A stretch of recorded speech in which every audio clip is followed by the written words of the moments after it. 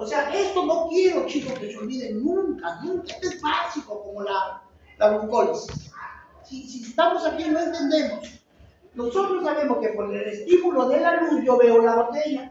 La botella va a pasar todo el grosor de el primer lente, ¿cómo se llama? ¿Ah? La córnea. La córnea. Y adentro, Cristalino. el cristalino. La córnea, el cristalino, el humor vítreo y el humor acuoso. Y llega a la retina. En la retina hay unas células especiales que se llaman los conos y bastones. Los conos y bastones recepcionan la imagen, pero la recepcionan de forma, si yo la veo así, ellos me la presentan así. Y luego por vía aferente, se va hasta el centro de integración de la visión. ¿Dónde queda el centro de integración de la visión? Área 17. ¿Dónde queda? ¿Dónde queda? Occipital. En la cavidad imperial, occipital. Y luego viene la respuesta a través del nervio del diafragma óptico, como la imagen real es así, entró así, la activa, esta le ordena, volteala, y el diafragma óptico obedece. Y me la presenta así, tal cual lo veo. Pero fisiológicamente vimos lo que hicimos. Por ejemplo, empiezan a tocar, a chancar con una bomba, empiezan a golpear la pared. Pum, pum, pum, vibración, el sonido. ¿Qué es el sonido? La vibración.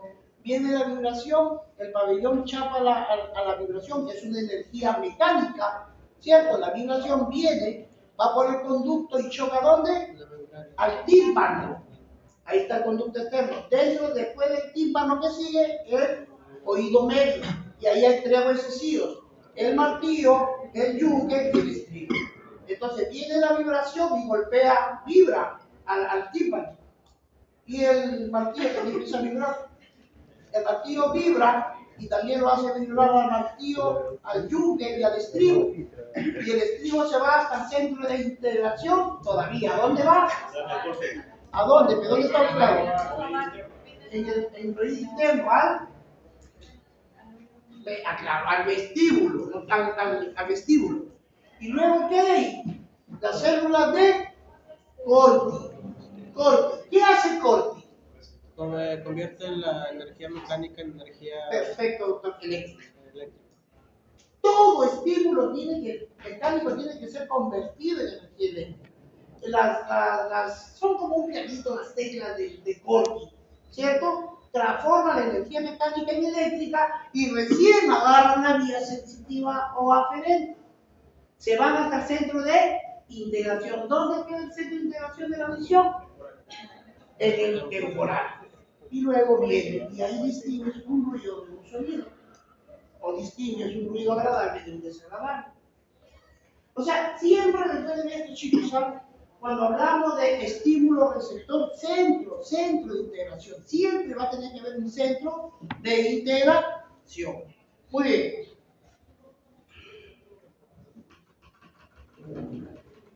Entonces, recuerden que los nervios sensitivos recogen la sensación, el estímulo, y por vía aferente lo va a tener que llevar a un centro de integración. ¿Dónde queda el centro de integración del tubo digestivo? En el bulbo, no olviden, el tronco encefálico, el bulbo. El bulbo es el más antiguo, el más arcaico del sistema nervioso, fue lo primero que se formó. Los reptiles se formaron, los cocodrilos, ahí no se quedan con ellos, ya no desarrolló su cerebro. Nosotros seguimos desarrollando la última, la neocórtex, el lóbulo frontal, desarrolla capacidades superiores de pensamiento, raciocinio, de cálculo, ¿no es cierto? Son funciones superiores del cerebro. Pero en el bulbo raquídeo, ahí es el centro de las funciones arcaicas, básicas, para que un ser humano se mantenga vivo. Si le pregunto, ¿dónde está el centro respiratorio, el centro nervioso de la respiración? El bulbo raquídeo. ¿Dónde está el centro de la presión arterial? En el bulbo raquídeo. ¿Dónde está el centro del vómito? En el bulbo raquídeo. ¿Dónde está el centro de la alerta? En el bulbo raquídeo. Porque esos elementos lo mantienen vivo. No va a ir por la calle, echa el pavo, viene un carro, fobia, te echa el pote, se acabó la vida. No, porque él es encargado de mantenerte vivo. El sistema de la alerta. Estamos el bulbo raquídeo. ¿Dónde se da la digestión? Para comer, para tener energía, movernos y mantenernos vivos, en la digestión. ¿Dónde se encuentra el centro? En el bulbo raquídeo. O la literatura a veces lo señala de frente al tronco encefálico. No olviden que el tronco es el mesencefalocórteo de la psique. Entonces, los nervios sensitivos aferentes, el ganglio que están en los ganglios paravertebrales, van por la médula espinal y llegan al tronco encefálico. ¿Dónde llega el tronco encefálico? Al bulbo raquídeo. Y la respuesta viene por el motor. ¿Cómo se llama el motor? El vago. El 75% de las fibras de respuesta parasimpática lo constituye el vago. Aquí está esto, lo que les explicaba. Esta es la mucosa y esta es la submucosa. Entre la mucosa y la submucosa se encontraba Meissner. Y entre el sistema de Auerbach estaba entre la capa muscular o longitudinal y la capa muscular circular. Entre las dos, ahí se encuentra Auerbach. ¿Cuál es la función de Auerbach? Generar la propulsión, el movimiento. ¿Y cuál es la función de Meissner? La secreción y el flujo sanguíneo. Muy bien. No olviden, chicos, el control parasimpático es el parasimpático el que aumenta la actividad, es el que excita, es el acelerador del sistema digestivo. Aumenta la actividad del sistema nervioso entérico. En la región craneal, de la región craneal salen los pares craneales. Y los pares craneales que salen, el 7, 9 y 10. ¿Cuál es el par número 7? El facial. El 9, el osofaringio. Y el 10, el vago. Entonces vienen los craneales y el vago va a inervar. Inerva el esófago, el estómago, todo el intestino delgado y la parte derecha del intestino grueso, colon de la parte derecha, ascendente. ¿Sí? El vago inerva el esófago, el estómago, el intestino delgado, el duodeno y el yeyuno, ilio, y la parte del colon y el colon ascendente. Hasta ahí llega el vago. Y la otra mitad del colon izquierdo, sigmoide, recto y llano, ¿quién lo ve? El parasimpático, pero ya no el vago, sino el sistema vertebral sacro S2 a S4. Entonces, los dos grandes que inervan parasimpáticamente al tubo digestivo es el vago y los nervios sacros S2 a S4. ¿Ya? ¿Cuál es la función del control simpático? ¿Qué hace el simpático sobre el sistema digestivo? Es un inhibidor. Inhibe la actividad del tubo digestivo. Las fibras preganglionales llegan a la cadena simpática. Los paravertebrales salen para formar los ganglios que se encuentran el ganglio celíaco, el ganglio mesentérico y el ganglio mesentérico inferior. No olviden, chicos, que es parte del sistema arterial, ¿verdad? Entonces los nervios, que son los nervios, tienen que son cordones y se enredan alrededor de la arteria celíaca. Y a ese grupo de ganglios le llaman los ganglios celíacos. ¿Cierto? La primera del celíaco, el tronco celíaco tenía 3 ramas. Rama derecha, rama izquierda, rama central, la arteria hepática, la arteria esplénica y la gastroparéntica izquierda. ¿Cierto? Y luego venía la mesentérica superior, la mesentérica inferior. Y ahí se van enredando los nervios. Esa cadena ganglionar, que ahí va a distribuirse toda la cadena del sistema simpático. El control simpático inerva todo el tubo digestivo, desde la boca hacia el ano. En cambio, el parasimpático, el vago, aquí inerva esófago, estómago, duodeno, yeyuno, ilio, colon, hasta el colon ascendente. La segunda mitad ya entra por los paravertebrales S2, S4, es el descendente, el sigmoide, recto y llano. Muy bien. Entonces, como ellos son sistema nervioso, el sistema nervioso parasimpático tiene un neurotransmisor. ¿Cómo se llama el sistema neurotransmisor del sistema parasimpático? Acetilcolina. ¿Cómo se llama el neurotransmisor del sistema simpático? Noradrenalina y no olviden, la acetilcolina es parte del sistema parasimpático. Es un neurotransmisor por excelencia del parasimpático. Entonces, tipo de neurotransmisores neuronales intestinales. ¿Quién acelera el tubo digestivo? El parasimpático. ¿Cómo se llama su neurotransmisor? Acetilcolina. ¿Cuál es su efecto? Estimula la actividad. Ahora, el simpático sí también tiene neurotransmisores, que es la noradrenalina y la adrenalina. ¿De dónde se liberan? De la glándula suprarrenal. ¿Cuál es su función de estos neurotransmisores? Inhiben, porque el simpático inhibe al digestivo. ¿Cierto? Ahí no hay mucho que analizar ni confundirse. Parasimpático activa, el simpático inhibe. Y estos de acá hacen un mimetismo, un sinergismo. El ATP, la serotonina, la dopamina, la colicitina, la sustancia P, el neuropéptido, estos son parasimpático-miméticos porque van a simular exactamente que exista el tubo digestivo como lo hace el parasimpático. Y los polipéptidos intestinal vasoactivo, somatostatina, leucoencefalina, metencefalina, bromelaina y óxido nítrico son son simpático-miméticos. ¿Qué van a hacer sobre el tubo digestivo? Inhiben, o sea, son miméticos, se parecen a los parasimpáticos, estos estimulan al tubo digestivo y estos inhiben al tubo digestivo. Los reflejos, chicos, recuerden que el reflejo, todo reflejo tiene un estímulo, todo estímulo es captado por un receptor, todo receptor lleva la información por la vía sensitiva hasta un centro de integración. El centro de integración evalúa la información y envía una respuesta motora, ¿cierto? Todo estímulo tiene una respuesta.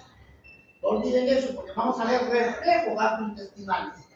Fíjense, cuando un segmento del tubo digestivo se llena, si se llena, las paredes del tubo empiezan a distenderse. Esa distensión es el estímulo.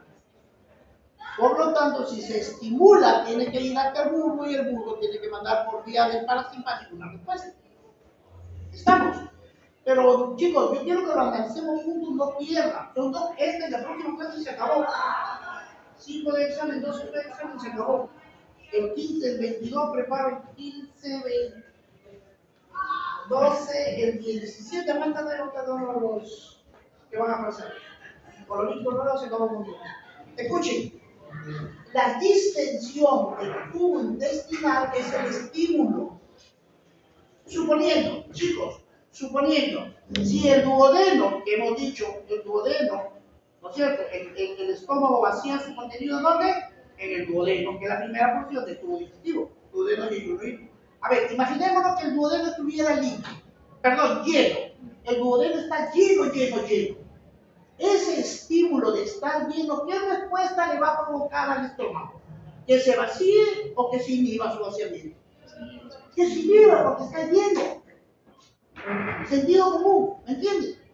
El estar lleno distiende las paredes y cuando la distiende por la vía aferente llega al bulbo y el bulbo manda la respuesta a través del parasimpático. Este es el lenguaje de los segmentos de las tripas, no se habla, por ejemplo, pero este es un lenguaje de comunicación. Por ejemplo, los reflejos integrados de la pared intestinal, control de secreción digestiva, peristaltismo, contracciones de vena y inhibición local. Reflejo gastrocólico. ¿Cuáles son los actores? Gastro, estómago, cólico, colon. El estómago o el colon están separados por 7 metros y medio del intestino delgado, ¿cierto? Están separados por duodeno y yeyuno. Pero mira, hay una relación entre el estómago y el colon. Si el estómago está lleno, ¿cuál es la respuesta del colon? A ver, piensen, si el estómago está lleno, ¿cuál sería la respuesta del colon? Vaciarse, pues, se vacía. Si se vacía de ese espacio, el contenido intestinal baja y el estómago vacía. ¿Me lo entienden? Eso es lo que quiero que vayamos dándole fuerza. Miren, la forma más típica de los típicos. ¿Han visto mamar un bebito? ¿Cierto? Panza con la mamá, pues, no, lleno de ahí, panza con panza. Le da de mamar la mamá al bebito y el bebito empieza a funcionar. La capacidad del estómago de los chinos es igual al 1% de su peso de nacimiento. Si el bebé pesa 3 kilos, ¿cuánto tiene de volumen gástrico? 800. Si el bebé pesa 2800 gramos, ¿cuánto tiene? Tiene 200. Empieza a succionar. Y como la leche sale en cantidad, empieza a gluten y se llena. Y como ya se llenó, ese es el reflejo, se distiende el reflejo gastrocólico, ¿no? Este bebito se acabó. Todo bebito, ¿no se dan cuenta que está mamando duro? Se tiene que ganar por ley, porque ese es el típico reflejo gastrocólico, y así en el estómago, tiene que ir al intestino para que corra. ¿Me entendieron? Es decir, ya la rodilla. Está medio dormido. ¿Me entendieron? Ahora, el reflejo entero, que es el duodeno, entero intestino delgado. Y en primera porción del intestino delgado se mete el duodeno. Si el duodeno está lleno, ¿cuál creen que va a ser la acción del estómago? ¿Vaciarse o inhibirse? Inhibirse. Entonces, el reflejo enterogástrico, llenado el intestino, se distiende, ese es el estímulo, le manda una señal al bulbo y el bulbo a través del parasimpático le dice, inhíbete. Deja de moverte, deja de secretar, dice el sistema. ¿Entienden? Otro, el reflejo colo-ileal. El intestino delgado tiene que tener dos duodenos y uno ilio. El ilio se une con el colon. El colon es el intestino grueso, llamado también colon, mide 1.5 metros. La primera porción del colon se llama ciego, secal, relativo al ciego. Y es importante repasar un poquito porque hay dos elementos fundamentales siempre. Ahí se encuentra la apéndice vermiforme. Apendicitis se encuentra en el ciego del colon. Y ahí se encuentra la válvula iliocecal. Entonces el reflejo sería reflejo colo-ileal. Si el colon está lleno, ¿qué pasa con la válvula iliocecal? ¿Se abre o se cierra? Se inhibe, porque si está lleno, ¿a dónde va a pasar? Sentido común. Chicos, no se rayen, porque de verdad son dos clases. Esto es para que saquen 20. Estamos las personas aquí para que. Porque en verdad Carmen es más judío. De verdad que son. Saludos, bien. Reflejo control de la actividad motora. Origina en el estómago del duodeno, va al tronco y regresa por el mar. Ya vimos el circuito. Bien, todo estímulo es recepcionado vía sensitiva, lleva a un centro de integración que estimula, evalúa el tipo de estímulo y te manda una respuesta adecuada. Que puede ser un retiro, alguien está dormido y pinchale la planta del que, ¡pum!, dormido inconscientemente, saca la mano. ¿Cierto? Alguien, por ejemplo, está ahí, tira esto, reflejos, te protege, son reflejos. Entonces, el reflejo doloroso, el dolor de cualquier forma, dolor de muela, dolor menstrual, dolor de cabeza, cualquier tipo de dolor inhibe al tubo digestivo. ¿Estamos? Inhibe la motilidad del tubo digestivo. El reflejo de la defecación. El contenido intestinal llega al colon, ¿no es cierto? El colon tiene como función genera las heces, almacena las heces y expulsa las heces. Entonces, acá en la primera mitad, no, en la segunda mitad empieza la formación baja por sigmoide, llega al recto y se queda en la ampolla del recto. Y ahí se van acumulando las heces. Y las heces, ¿qué hacen a la pared? La distiende. Ese estímulo de distensión no va al bulbo, porque la defecación no se queda en la médula. Va a la médula, viene la médula y te da la respuesta. Le dice contracción de los músculos abdominales.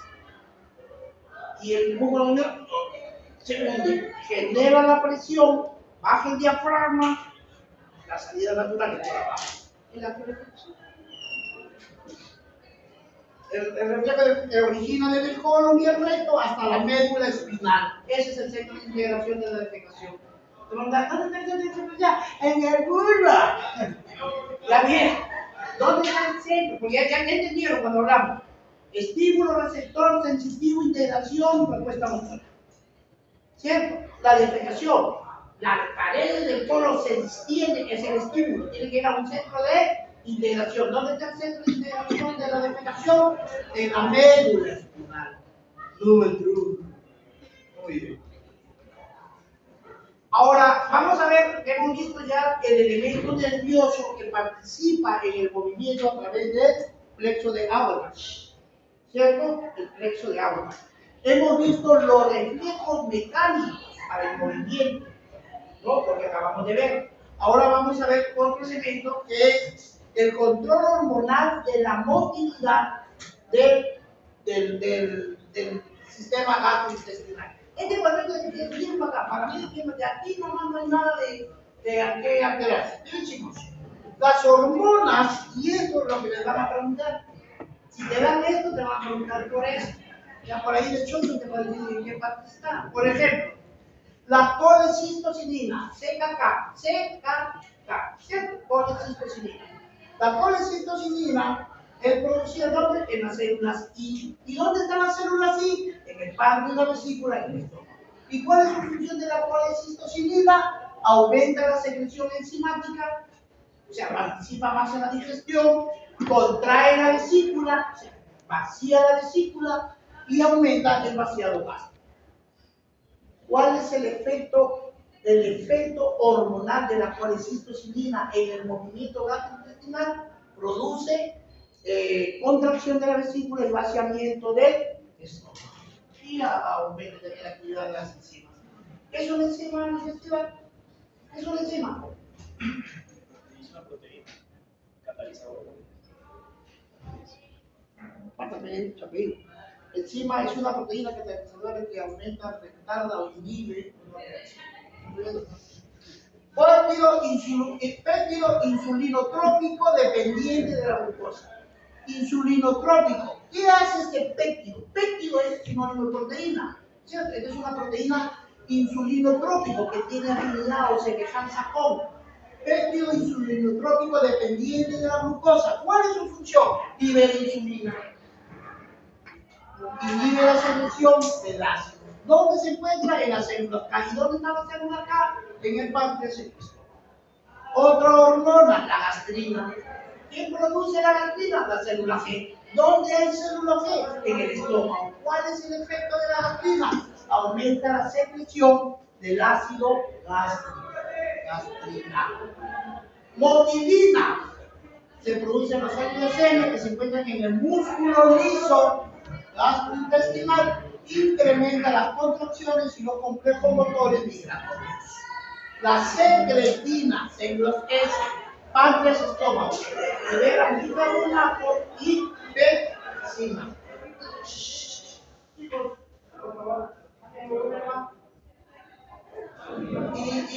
pepsina. Estas hormonas se liberan a la circulación portal y ejercen efectos en diferentes estructuras del tubo digestivo. Algunas intervienen en la motilidad gastrointestinal, lo más importante con sus funciones de secreción es la absorción. Aquí está ahorita. Quiero explicar esa mochila.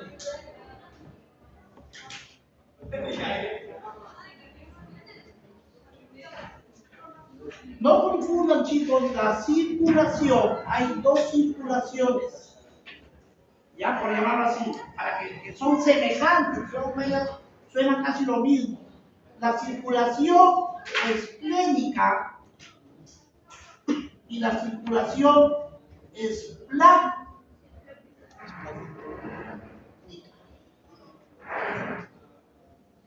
Esplánica. ¿Qué es esplénica y qué es esplánica?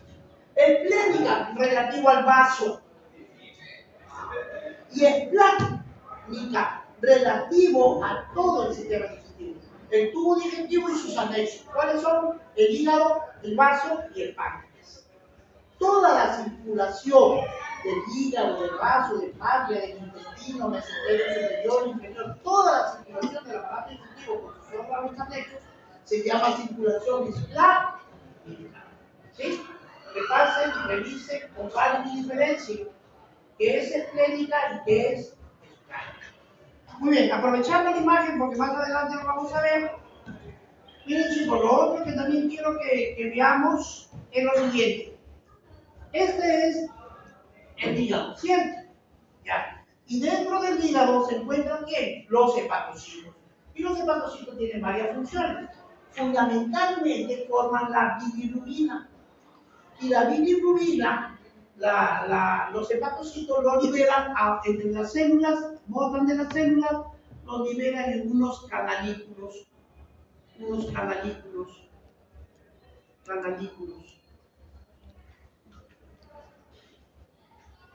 Todos estos canalículos vienen y drenan a un conducto biliar. Conducto porque conduce, biliar porque el contenido que conduce la bilis. Entonces, los canalículos del lóbulo hepático izquierdo y del lóbulo hepático derecho forman la bilis, los hepatocitos forman la bilis y a través de los canalículos drenan en el conducto biliar hepático común. El conducto biliar hepático común tiene dos segmentos. Dentro del hígado, conducto biliar hepático común intrahepático y el conducto biliar hepático común extrahepático. Ahora, de ahí viene, chicos, de aquí viene que más o menos aquí está la vejiga.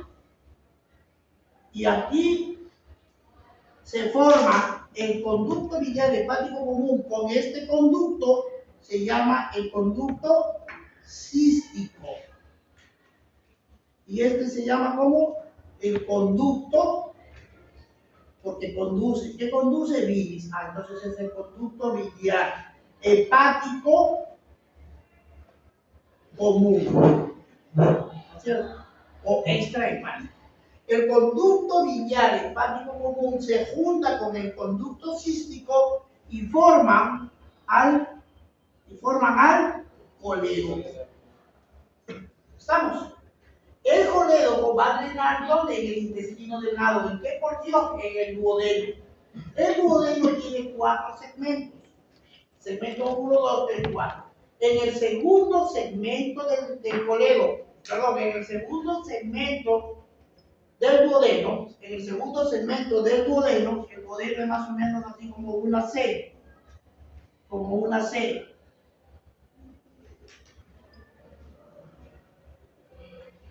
Y aquí hay un hueco de colchón. Y ahí drena ¿quién? Este señor que se llama el colédoco. ¿Cuánto mide el colédoco? 6 milímetros de diámetro. 6 milímetros de diámetro. El colédoco. ¿El colédoco dónde drena? Drena entre la primera, segunda, tercera, cuarta. El colédoco drena en la segunda porción del duodeno, en un hueco. ¿Cómo se llama ese hueco? Ese hueco se llama la ampolla de Vater. ¿Ya? Y este hueco tiene un esfínter. Y ese esfínter lo regula y lo abre, lo regula y lo abre, lo regula y lo abre. ¿Cómo se llama? El esfínter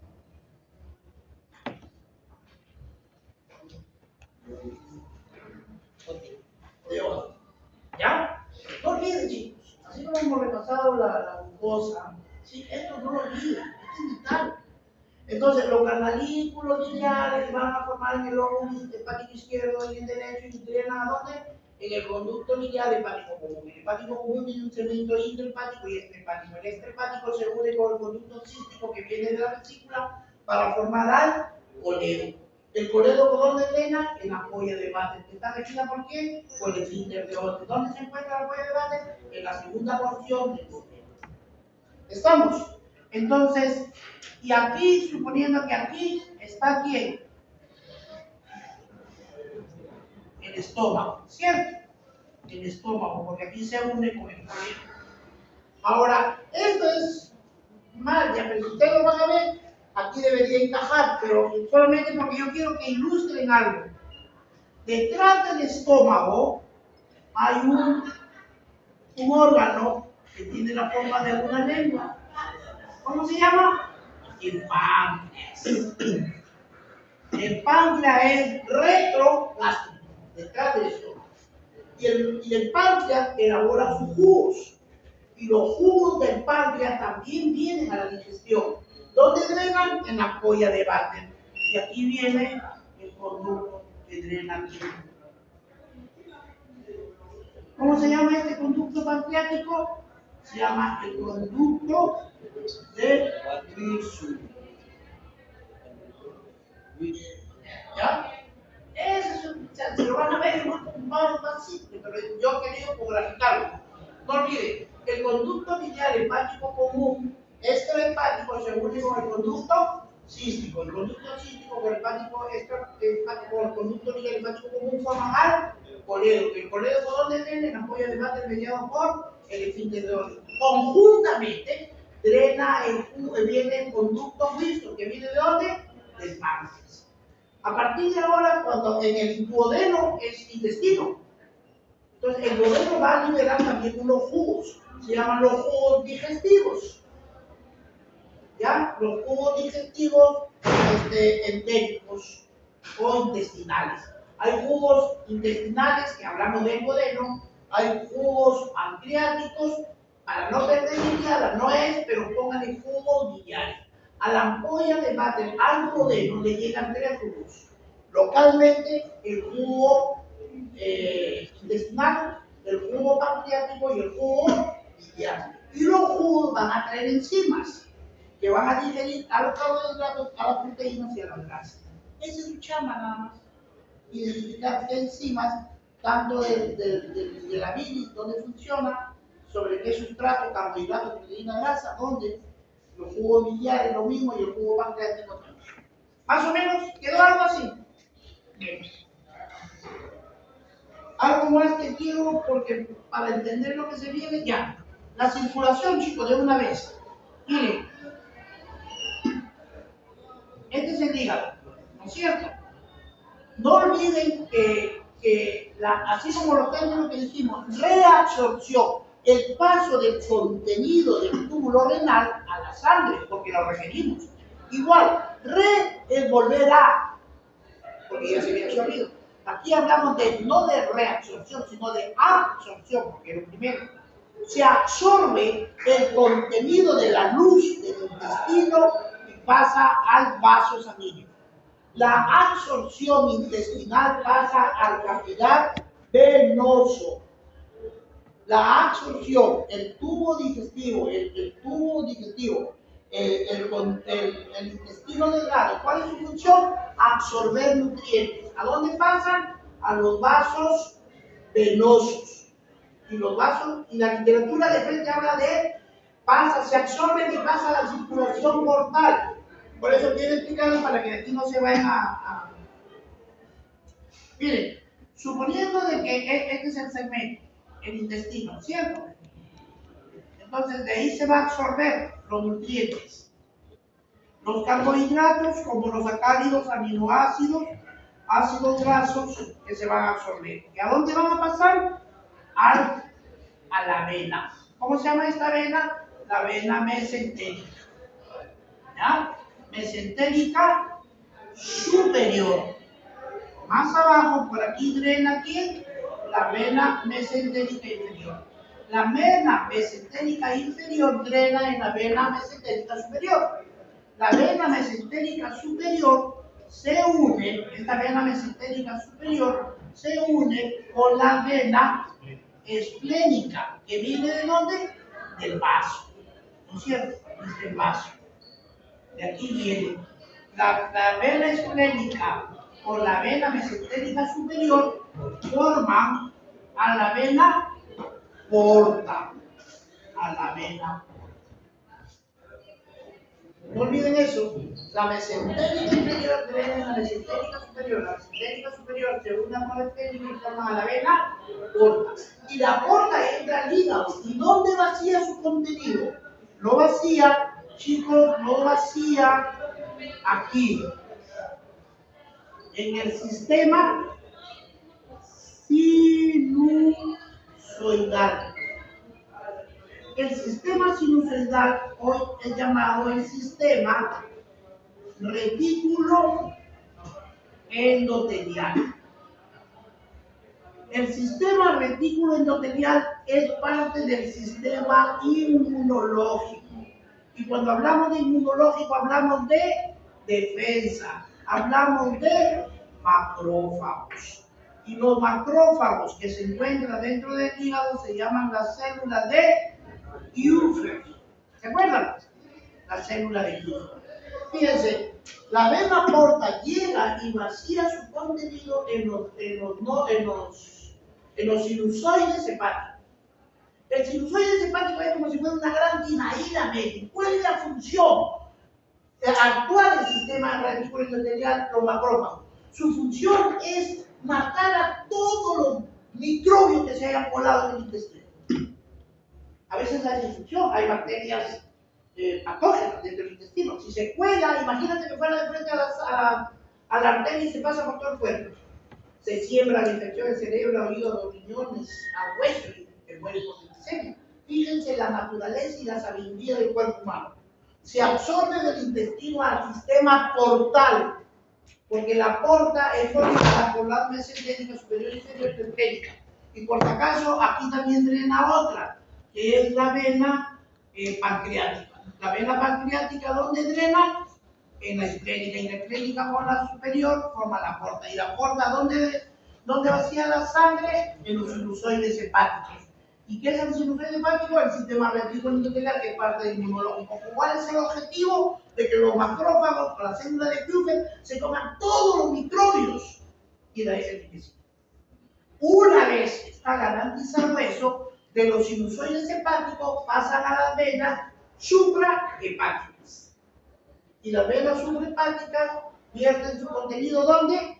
En la cava inferior. Y la cava inferior drena la aurícula derecha y continúa.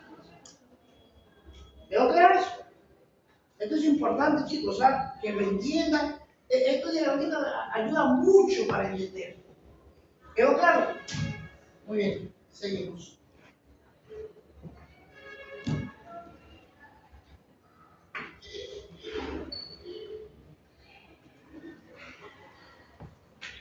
Esto ya lo hicimos, ¿no? Estos movimientos todavía no. Ya. Ahora vamos a ver los movimientos funcionales del tubo digestivo. Hay dos tipos de movimientos. El peristaltismo, llamado movimiento propulsivo, propulsa, empuja hacia adelante. Típicamente han visto cuando los puentes se van a la luna. Digo el choro, si se acaba la fuerza que lo impulsó, si no hay otra fuerza, se regresa. Si no hay un impulso. ¿Cierto? ¿Qué pasa? ¿No han visto que cuando están en pleno vuelo y empieza a bajar la fuerza de ascensión, aquel se desprende como un anillo, un grandazo? Se desprende y cae el anillo, pero cuando cae, enciende otra vez los motores propulsivos y le impulsa a seguir su movimiento de ascenso. Y está regido, ¿cuál era todo lo que se mueve necesita energía? ¿Cuál es la energía? Gasolina. ¿Cómo se gasolina? ¿Con qué energía se va?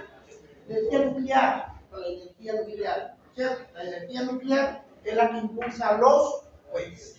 ¿Cuál es más propulsivo? Que va siempre adelante. Entonces, no olviden que es céfalo-caudal, movimiento propulsivo.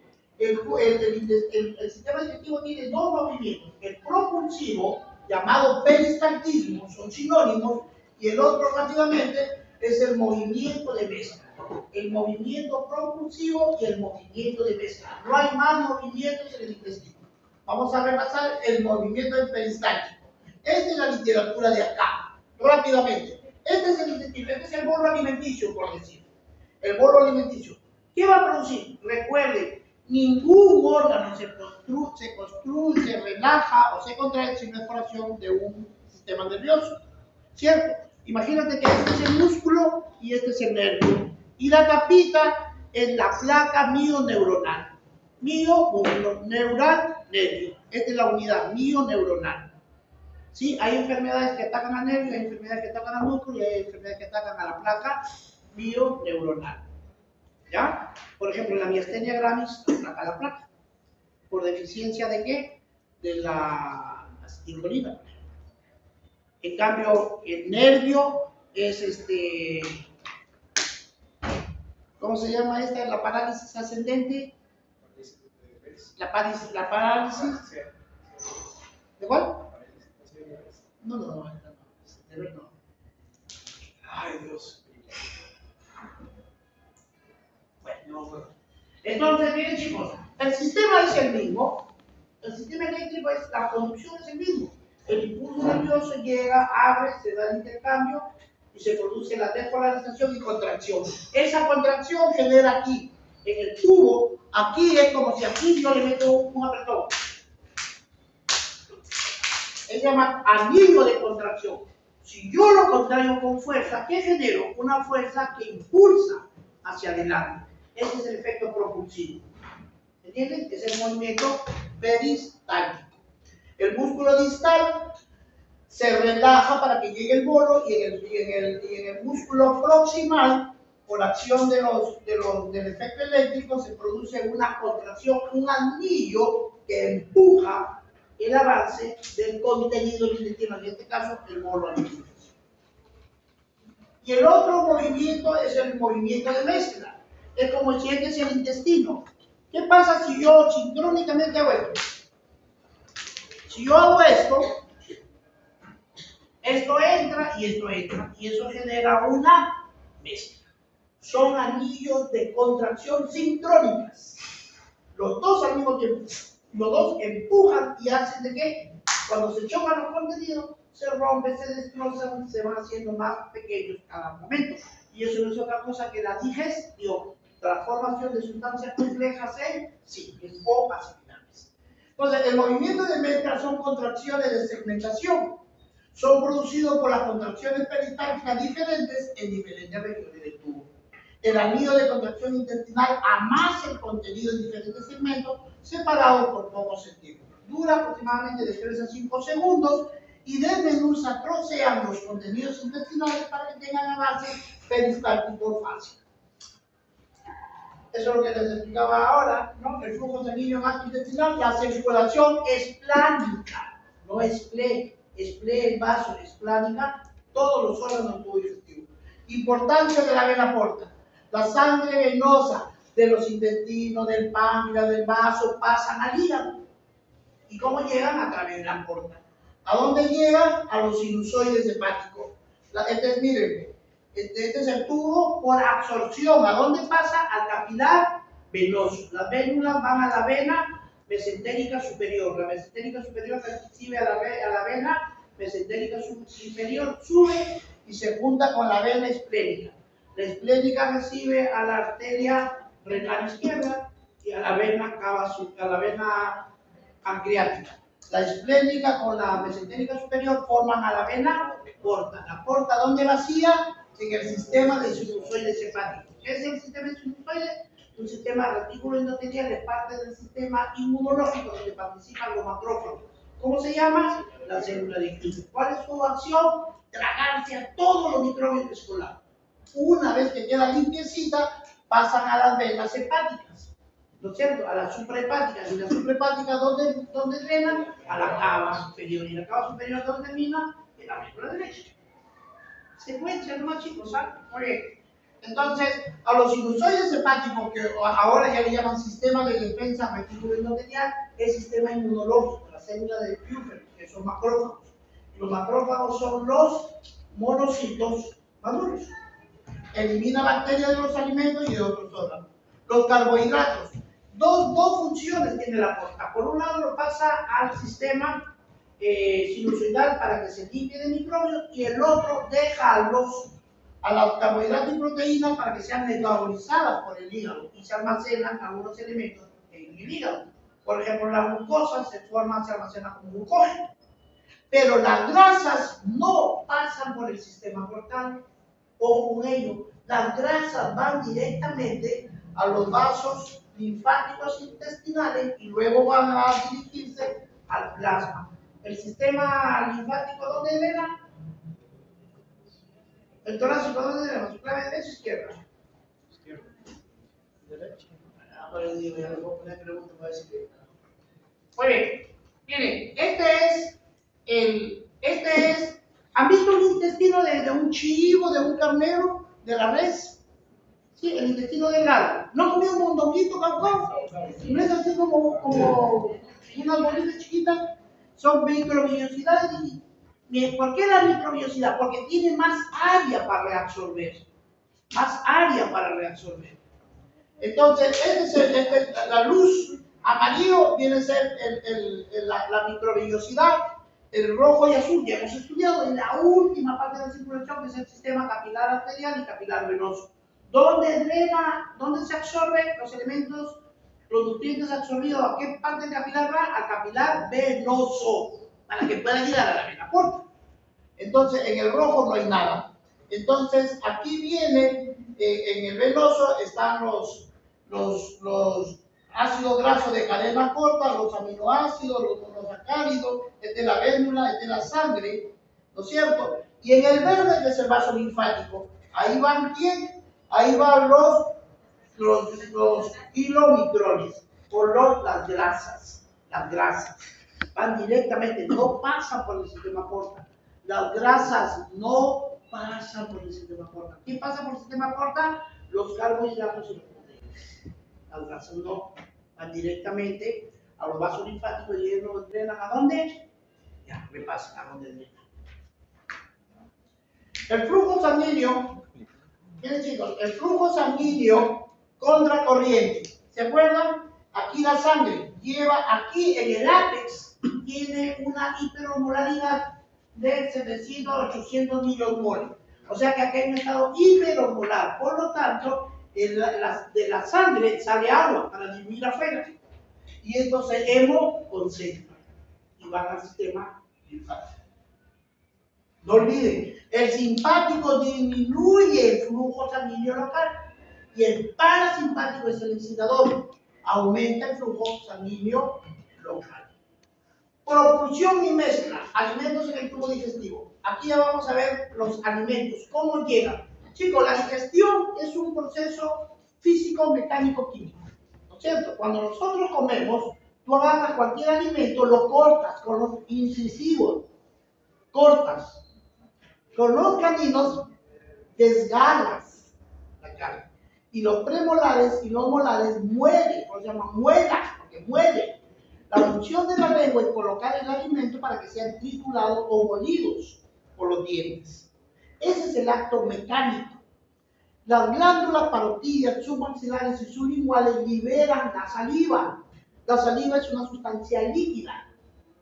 La saliva tiene una sustancia líquida que va a tener como propósito humedecer y humectar a la cavidad oral para la masticación. Y dentro de la saliva viene una enzima, la única que actúa en la boca, que es la hialina. La hialina le confiere la propiedad de acción química. La digestión es un proceso mecánico, físico, químico. ¿Cómo se llama el producto final de la digestión de la boca? Bolo alimenticio. La digestión de la boca es el bolo alimenticio. Entonces se va a dar la masticación. ¿Cuántos dientes tiene el cuerpo humano?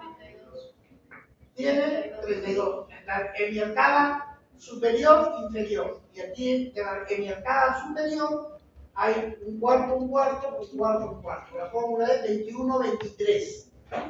2 más 1, 3.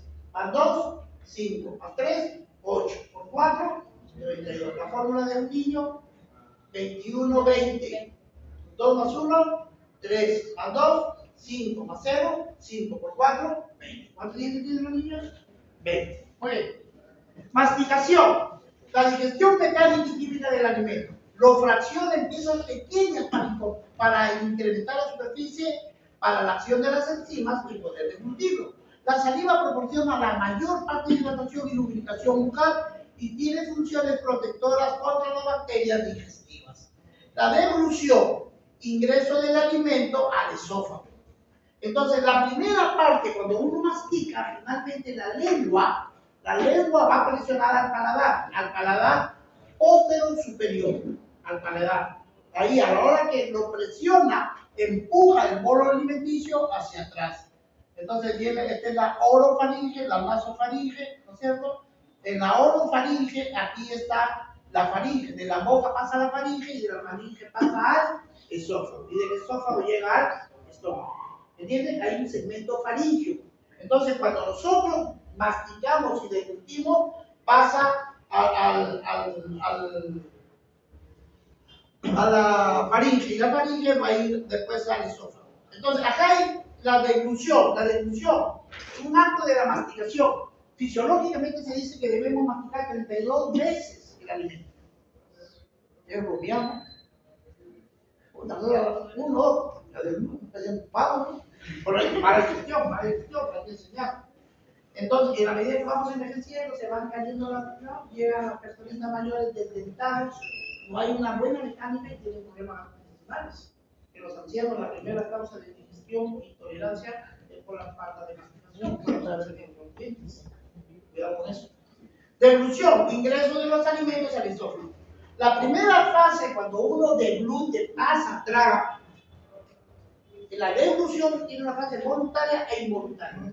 No les han percibido alguna vez que están masticando, de pronto pasas y percibes la espina huesecillo y la chapas. Puta, pero ya que la pasaste y abriste a la primera parte de deglución es voluntaria, la segunda es involuntaria. La fase voluntaria, la presión hacia arriba y hacia atrás de la lengua contra el paladar, arrastra o desplaza el bolo alimenticio voluntariamente en sentido posterior en dirección a la faringe.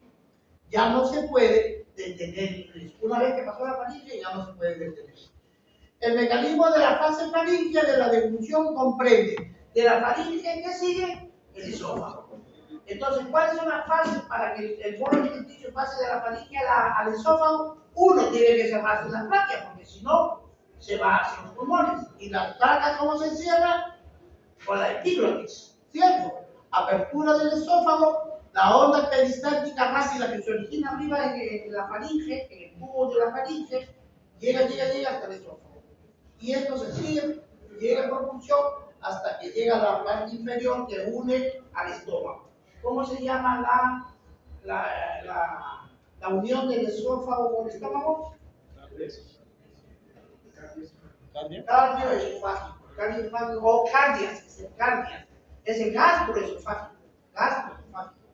Muy bien. Todo este proceso dura menos de 2 segundos. Los impulsos sensitivos desde la faringe hacia el bulbo, ya hemos dicho, cuando escuchen sensitivo viene de sensación, de estímulo. El estímulo tiene que ir al centro de la digestión que es el bulbo y baja a través del parasimpático.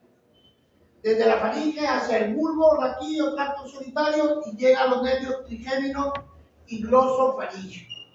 Los impulsos sensitivos que van al bulbo y del bulbo vienen por la vía motora. Y dentro de la vía motora participan qué pares, el 5 que es el trigémino, el 9 que es glosofaríngeo, el 10º vago y el 12. Ahora vean, dentro del bulbo raquídeo hay un centro especial que se llama el tracto solitario. En la deglución, en los impulsos sensitivos y el impulso motor. ¿Se acuerdan ahora que se dice sensitivo motor, centro de integración? En la fase esofágica de la deglución involuntaria, el peristaltismo primario, ya habíamos dicho que el peristaltismo es una contracción, es un anillo de contracción. ¡Pum! Y eso le genera una propulsión que empuja. ¡Pum! Empuja. ¡Pum! Empuja hasta que llega. Una vez que llega al cardias, miren, el peristaltismo va bajando. Esto recorre toda la faringe hasta el estómago en 8 a 10 segundos. Las ondas peristálticas secundarias, distensión de la pared por los alimentos retenidos, persisten hasta que se complete el vaciamiento del órgano, el reflejo faríngeo, las fibras aferentes adentrovagales hacia el bulbo y regresan de nuevo al esófago a través de las fibras eferentes de los nervios glosofaríngeos y vagos, 9 y 10º par. Miren chicos, en la fase esofágica de la deglución involuntaria, aquí vamos a encontrar este esfínter, que es el esfínter gastroesofágico. Este esfínter gastroesofágico, ¿cómo se llama? Cardias. Gastroesofágico es sinónimo de cardias. ¿Cuánto es su presión? De 30 milímetros de mercurio. Se cierra durísimo. ¿Cuál es el objetivo? El contenido del estómago no puede regresar al esófago ni mucho menos a la boca. Pero en algún momento hay personas que progresivamente van perdiendo la tonicidad del esfínter del cardias o del esfínter gastroesofágico y se relaja. Y de noche el contenido del estómago se regresa a la boca. A esa enfermedad se llama el reflejo gastroesofágico. Viene el día siguiente y me dice, doctor, me arde el pecho. Claro que si toda la noche estaba nacido ahí. Y cuando uno duerme, deglute. Y parte hay micropartículas que van al aparato respiratorio. Y claro, aquellos pacientes que tienen enfermedad gastroesofágica regresan, tragan y se van al aparato respiratorio y tienen una disfonía. Por eso cuando llega un paciente con ronquera, si no hay una buena evidencia de que ha tenido un traumatismo, una afección, ha tenido un resfrío, pensemos en el reflujo gastroesofágico por acción del ácido clorhídrico. Es una tos irritativa. Muy bien. Entonces, la relajación receptiva es el esfínter. Cuando viene el estímulo, el estómago y el duodeno se relajan para recibir el contenido esofágico. Se relaja el estómago y el duodeno para recibir los alimentos. La función del esfínter gastroesofágico, su presión tónico es 30 milímetros de mercurio, porque su función es evitar que el contenido regrese. La onda de la relajación receptiva, su disfunción, su alteración del esfínter produce el reflejo gastroesofágico. La prevención del reflujo gastroesofágico, el plegamiento del esófago en la partición interna del estómago. Recuerden que esta es la curvatura menor y esta es la curvatura mayor. ¿No es cierto? Si uno duerme a la derecha, aplasta y es más fácil que por eso lo que tiene el reflujo tiene que dormir del lado izquierdo para dificultar el regreso del contenido gástrico. Funciones motoras del estómago. El estómago tiene función de almacenamiento porque recibe el alimento, lo digiere el alimento y vacía. O sea, almacena, digiere y vacía. Son los elementos. Cuando llegan los alimentos dentro del estómago se acomodan. Y cuando a veces hay dispepsia, alteración de la digestión de cualquier parte de los alimentos, hay algunos alimentos que se quedan en el estómago. Y los más antiguos se pegan, ahí está de verde, los antiguos se pegan a la pared. Y los nuevos es, por ejemplo, el rojo es el amarillo es el menos reciente y el verde es el más antiguo. Esta es la forma como se acumulan los alimentos dentro. El reflejo vagal, distensión del estómago, envía el impulso al tronco encefálico y vuelve al estómago. Reduce el tono de la pared muscular del cuerpo gástrico, distiende para acomodar cantidades progresivas de los alimentos. La ocupación gástrica tiene un límite. ¿Cuál es la capacidad del estómago? De 800 a 1500 mililitros. La presión dentro del estómago se mantendrá baja. No olviden, chicos, que el estómago tiene tercios, el tercio superior, medio y inferior, ¿sí? O fracciones. Fondo, cuerpo, alto. Fondo, cuerpo, alto. Así como el corazón tenía su propio marcador de impulsos que era el nódulo sinovicular. ¿Está ubicado dónde? ¿No está ubicado? ¿Dónde? En la parte posterolateral de la desembocadura de la cava superior. Las células de marcapaso. Las células del marcapaso, fondo, cuerpo y antro. El antro es un segmento del estómago. El antro va a estar unida con el píloro. Y aquí hablamos de una unidad antropilórica. Así como el cardias, aquí es el píloro. El cardias une el estómago con el esófago y el píloro une el estómago con el duodeno, que es la primera porción del intestino delgado. El antro gástrico, onda de constricción potente para dirigir el alimento hacia el píloro. El esfínter del píloro regresa el alimento al antro, solo pasan unos pocos milímetros. A esto le llamamos la bomba pilórica. Todo el contenido ácido no pasa directamente al duodeno. No pasa directamente al duodeno.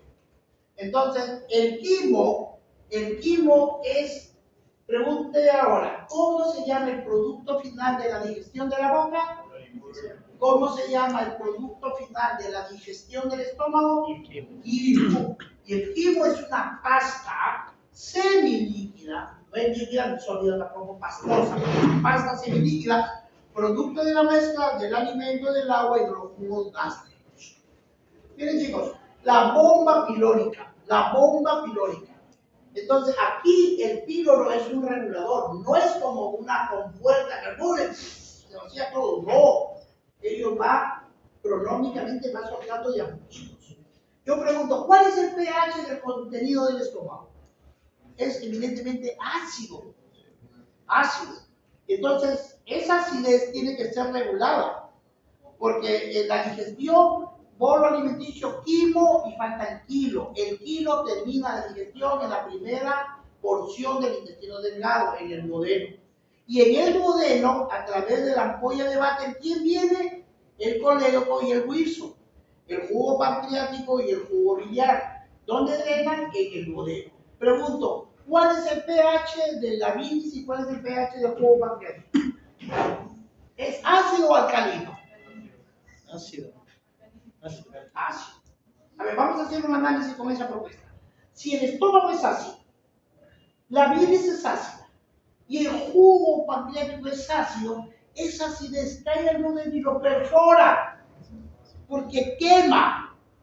El estómago es ácido y el jugo pancreático y la bilis tienen que ser alcalinas para neutralizar la acidez. De lo contrario se perfora. ¿Entendieron? ¿Cuál es la naturaleza de la bilis del jugo pancreático? Alcalino.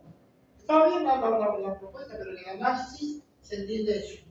Muy bien, entonces la bomba pilórica, aumento de las contracciones rítmicas que se inician en la parte media del estómago y van hacia el antro. Y del antro, la contracción peristáltica intensa tiene una presión de 50 a 70 centímetros de agua, 6 veces mayor que las ondas peristálticas de las mezclas habituales. En el píloro es una contracción, una presión muy alta, porque él dosifica el vaciado, no lo abre de golpe. Porque si hay una hiperacidemia, perfora las mismas, nos morimos en el acto. El esfínter pilórico es de mayor grosor muscular, es la 50 a 100 veces más que el antro, que es parte del tercio inferior del estómago. El grado de constricción del píloro es regulado por señales nerviosas y hormonales procedentes tanto del estómago como del duodeno. Hay indicadores nerviosos neuroendocrinos, ¿sí? Que dicen presiona despacio, abre despacio, lo regulan. Esa es la función de la bomba pilórica. No olviden, la onda peristáltica potente empuja varios milímetros del quimo, que es un líquido que va hacia el duodeno. Y en el duodeno, prácticamente ahí termina toda la digestión final. Y a eso se llama quilo. Igual, en lugar de M también lo pueden decir. Bolo alimenticio, quimo y el kilo. ¿Dónde termina el kilo? En el duodeno, porque ahí a través del váter recoge a la bilis, al jugo pancreático, al jugo al jugo entérico, intestinal, y se termina todo. Ya del duodeno, y el yuno y el niño, su función es absorber plenamente. ¿Cuántos metros tiene? 7. Tiene microvillosidades intestinales. Esta es una microvillosidad. ¿Y para qué es una microvillosidad? Y para tener más áreas de absorción.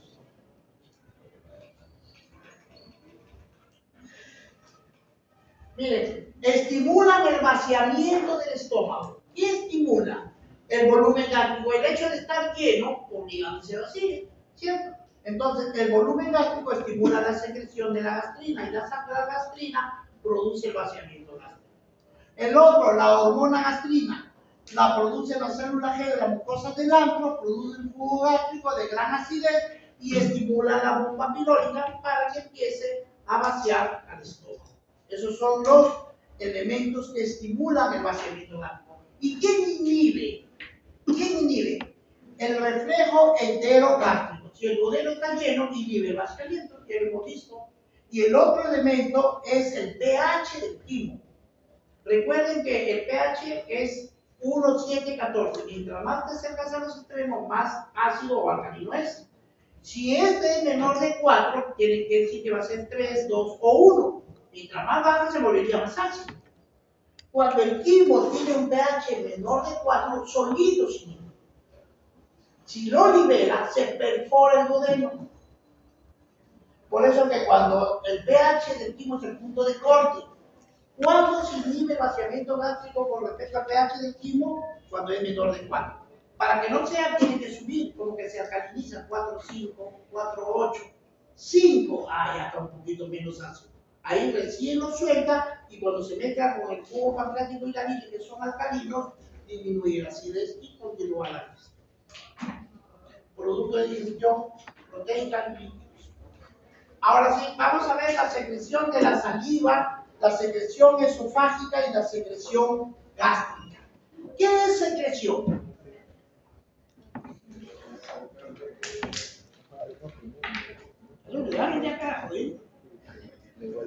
Filtrado, reabsorción. secreción es el paso de los vasos salir a la luz del tubo renal. ¿Y qué es secreción? Es el paso de los vasos a la luz del tubo.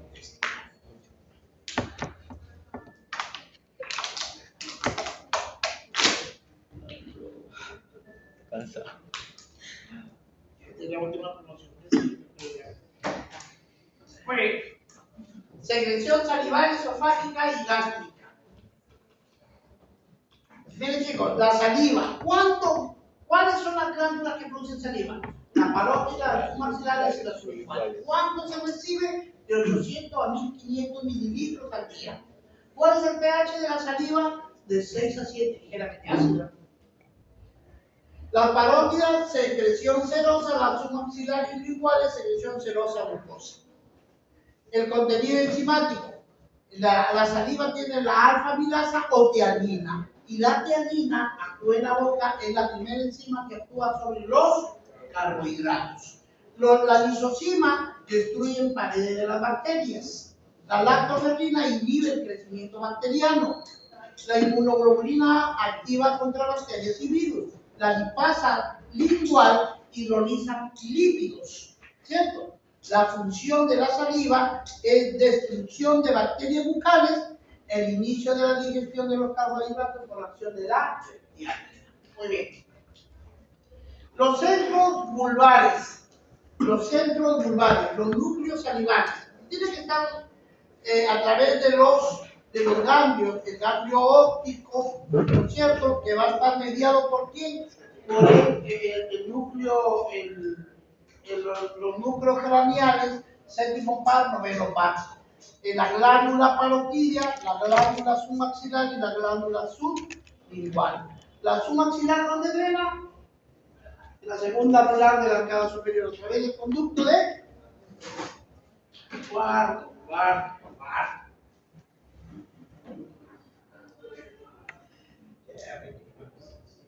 Muy bien. Entonces, los centros vulvares, el núcleo salival superior, fibra parasimpática, se hemos dicho, el parasimpático excita, favorece, libera, excita. Estímulos táctiles, estímulo gustativo de la lengua y la pared. Estimula los sabores ácidos o amargos, estimulan la secreción salival, ¿no? A veces pasas, por ejemplo, te echan un poco de limón, se te llena la saliva, ¿no? Cuando te echas el cevichito que está bien bacán, se publica rápidamente. Los objetos lisos estimulan la secreción salival. Olor o gusto de alimentos que te gustan. ¿Qué te gustan? Porque aquí sí hay que hablar de colores y sabores, van escritos los autores. Lo que es rico para mí, a la doctora no le gusta. A mí me estimula la salivación y ese olor a la doctora le inhibe. Es del gusto, es subjetivo. Por eso lo dicen así. Entonces, los gustos del que le gustan. Los ácidos y los irritantes producen salivación. El estímulo parasimpático produce salivación. El estímulo simpático inhibe la salivación o la hace más densa, ¿no? Porque debe ser más fluida, más líquida. ¿Quién inhibe la salivación? Los objetos jugosos, el olor o gusto de alimentos que no les gusta, que comiera a cada uno de ustedes. ¿Cierto? Muy bien. La secreción de los iones de la saliva, la secreción primaria en los ácidos, la tianina, el moco y el líquido extracelular. Secreción secundaria por los conductos salivales. Absorción activa de sodio, secreción de potasio, absorción de cloro y secreción de bicarbonato. ¿No es cierto? El cloruro de sodio, el extracelular, siempre va a ser absorbido, lo demás va a ser secretado. La secreción a nivel del esófago, la secreción de la mucosa, lubrica para la deglución. Esta es la región apical, esta es la vasolateral, esta es salida del potasio, la salida del cloro. El mismo sistema de la anhidrasa carbónica, el agua con el CO2 formaba el ácido carbónico. Este se disocia en hidrogenio, el carbonato, el bicarbonato con el cloro, entra el bicarbonato, sale el cloro. Y el cloro se une con el hidrógeno y sale a la luz el ácido clorhídrico. Eso es lo que repasamos. La secreción gástrica a nivel del estómago, ¿qué va a haber? Miren chicos, a nivel del estómago, es de la luz del estómago. Estas son las células de la pared de la mucosa del estómago. Entonces, si estamos dentro del estómago, estamos hablando de esto. Y de ello tenemos un cuello y una base. que forma, ¿sí? Es como si acá viene así y hace un fluido. Es como el apéndice, así, pero en micro del revestimiento de la mucosa gástrica. Entonces, está formada por las células mucosas cervicales, por las células B, ¿sí? que generaban la monogastrina, la célula D, la célula principal y la célula parietal. La célula parietal es muy importante, chicos. Recuerden, la glándula pilórica de la mucosa, el 20% producen moco de protección pilórica y producen hormona la gastrina. Las glándulas oxitínicas o acidogénesis que generan el ácido, las oxitínicas, el 80% produce el ácido clorhídrico. Si le pregunta, ¿qué célula produce el ácido clorhídrico? Son las células parietales llamadas también oxíticas, son sinónimos, ¿sí?